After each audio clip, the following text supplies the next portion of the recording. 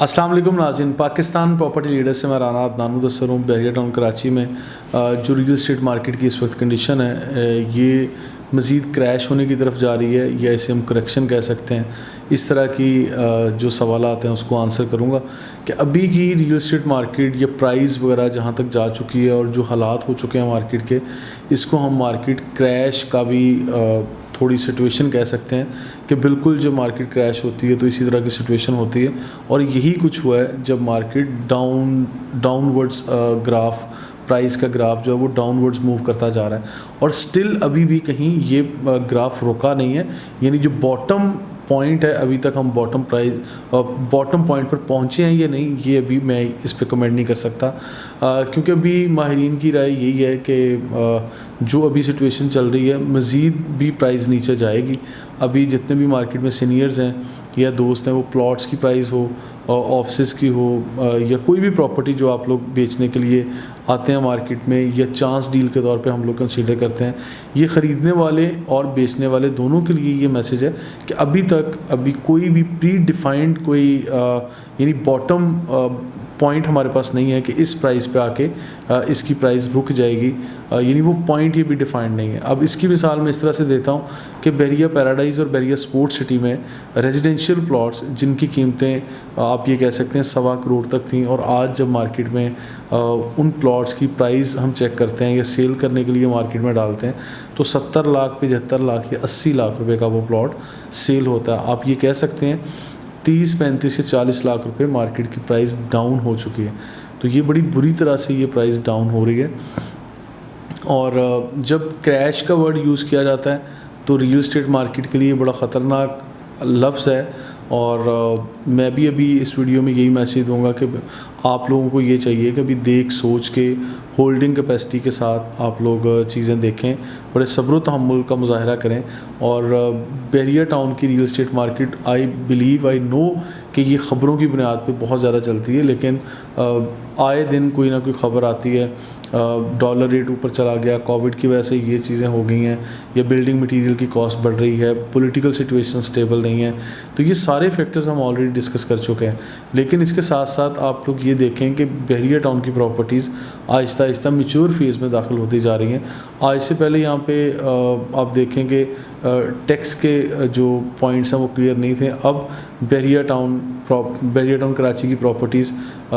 FBR और income tax की category A1 के अंदर आती हैं। जो गवर्नमेंट ने FBR ने जो ये नोटिस वगैरह दिए थे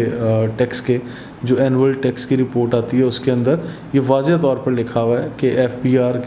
FBR के नोटिफिकेशन की कैटेगरी A1 में बहरिया टाउन कराची की प्रॉपर्टीज़ आ रही हैं। तो इसी तरह जो अगली चीज़ें हैं कि MDA की तरफ से अप्रूवल, सर्वे रिपोर्ट के मुताबिक बहरिया टाउन का सर्वे होने के बाद डिफ़ाइन कर दिया गया, और इसके बाद जो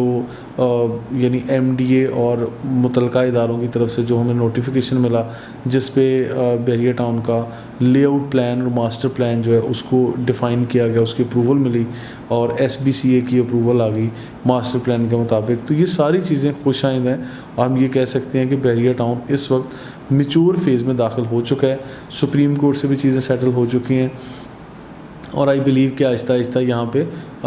ये लीज़ की तरफ भी चला जाएगा। जिस बेस से यहाँ कंस्ट्रक्शन चल रही है या लोग इन्वेस्ट कर रहे हैं, जितनी हैवी इन्वेस्टमेंट यहाँ आ रही है बहरिया टाउन कराची में, तो ये एक छोटी सी कॉलोनी, छोटी सी सोसाइटी, छोटी सी मोहल्ला, सिटी नहीं बन रहा, इट्स ए कंप्लीट स्टेट। आप ये कह सकते हैं कि मुकम्मल एक स्टेट की हैसियत रखेगा, और इसकी अलग ही अपनी एक दुनिया इंशाल्लाह कायम होने जा रही है, जिसमें बहुत बड़े स्केल पे इन्वेस्टर्स की नज़रें हैं और बहुत बड़े स्केल पे दूसरे मुल्कों से लोग आ रहे हैं। हमारे ओवरसीज़ पाकिस्तानीज़ अपना इंटरेस्ट शो कर रहे हैं, और इसी तरह हमारे मुल्क में काम करने वाले अच्छे पायदार लोग बहरिया टाउन कराची में दाखिल हो चुके हैं। तो अब मैं समझता हूँ कि यहाँ पे जितना भी काम हो रहा है वो सारा मैच्योर काम है, ऐसे ही कोई हवा में काम नहीं हो रहा। तो लिहाजा अभी ये कह सकते हैं कि कहीं ना कहीं जाके ये चीज़ें साल 2023 के आगाज़ में अगर ये करेक्शन होती कि प्राइस की करेक्शन हो रही है तो वो 2-4 लाख 5 लाख 10 लाख रुपए तक समझ आती है कि आर्टिफिशियल हाइप आ गया था और उसकी प्राइस अब करेक्शन हो गई है कि किसी भी प्रॉपर्टी की प्राइस 2-4 लाख 8 लाख या 10 लाख तक कम हो गई है या करेक्शन थी, इसको हम करेक्शन का नाम दे सकते हैं। लेकिन मिलियंस में एक रेजिडेंशियल प्लॉट की कीमतों का कम होना that is not less than a crash. मैं इसको क्लियर हूँ इस पॉइंट पे कि ये इसी चीज़ का नाम क्रैश होता है जब इतनी बुरी तरह से चीज़ें डिस्टर्ब हो रही हों, कीमतें कम हो रही हों, तो फिर हम उसको क्रैश होना कह सकते हैं। अब सवाल ये पैदा होता है कि कब तक ये ग्राफ डाउनवर्ड्स मूव करता रहेगा और कब तक इसकी प्राइस कम होती जाएगी, तो ये कब जाके रुकेगा, वो फुल स्टॉप कब आएगा और फिर वो अपवर्ड मूव करना कब शुरू होगा। साल 2023 बहुत सारे हमारे सीनियर एनालिस्ट माहिरीन वो बड़ी अच्छी नज़र से देख रहे हैं कि साल 2023 जनवरी से इंशाल्लाह ये अपवर्ड मूव करना शुरू होगा ग्राफ और प्राइस भी स्टेबल हो जाएंगी। और स्टेबल होते होते ये बता दूं कि पहले तो जब स्टेबल होंगी प्राइस रुकेगी और फिर वापस प्रॉपर्टीज़ को अपनी कीमतों में वापस आने तक आई बिलीव कि उनको 6 माह या इससे ज़्यादा टाइम भी लग सकता है। तो ये चीज़ें साथ साथ हमें सोचनी भी हैं, देखनी भी हैं और उसके मुताबिक अपनी प्रॉपर्टीज़ के बारे में डिसाइड करना है। और बाकी इन चीज़ों को हम अंडरस्टैंड करते रहेंगे। अगर आप लोगों के पास कोई मार्केट क्रैश या करेक्शन में कोई फीडबैक है तो आप लोग कमेंट बॉक्स में ज़रूर लिखें ताकि मेरी भी करेक्शन हो और हम लोग इस चीज़ पे फर्दर डिस्कस भी कर सकें। और मुझ जैसे या आप जैसे यहाँ पे इन्वेस्ट करने वाले लोग, यहाँ काम करने वाले लोग या जिन लोगों का यहाँ इंटरेस्ट है, जिन लोगों ने छोटे स्केल पे या बड़े स्केल पे इन्वेस्ट किया हुआ है, उन लोगों की इस्लाह भी हो सके। मज़ीद इन्फॉर्मेशन के लिए, अपडेट्स के लिए हमारे साथ रहिएगा। Thank you so much.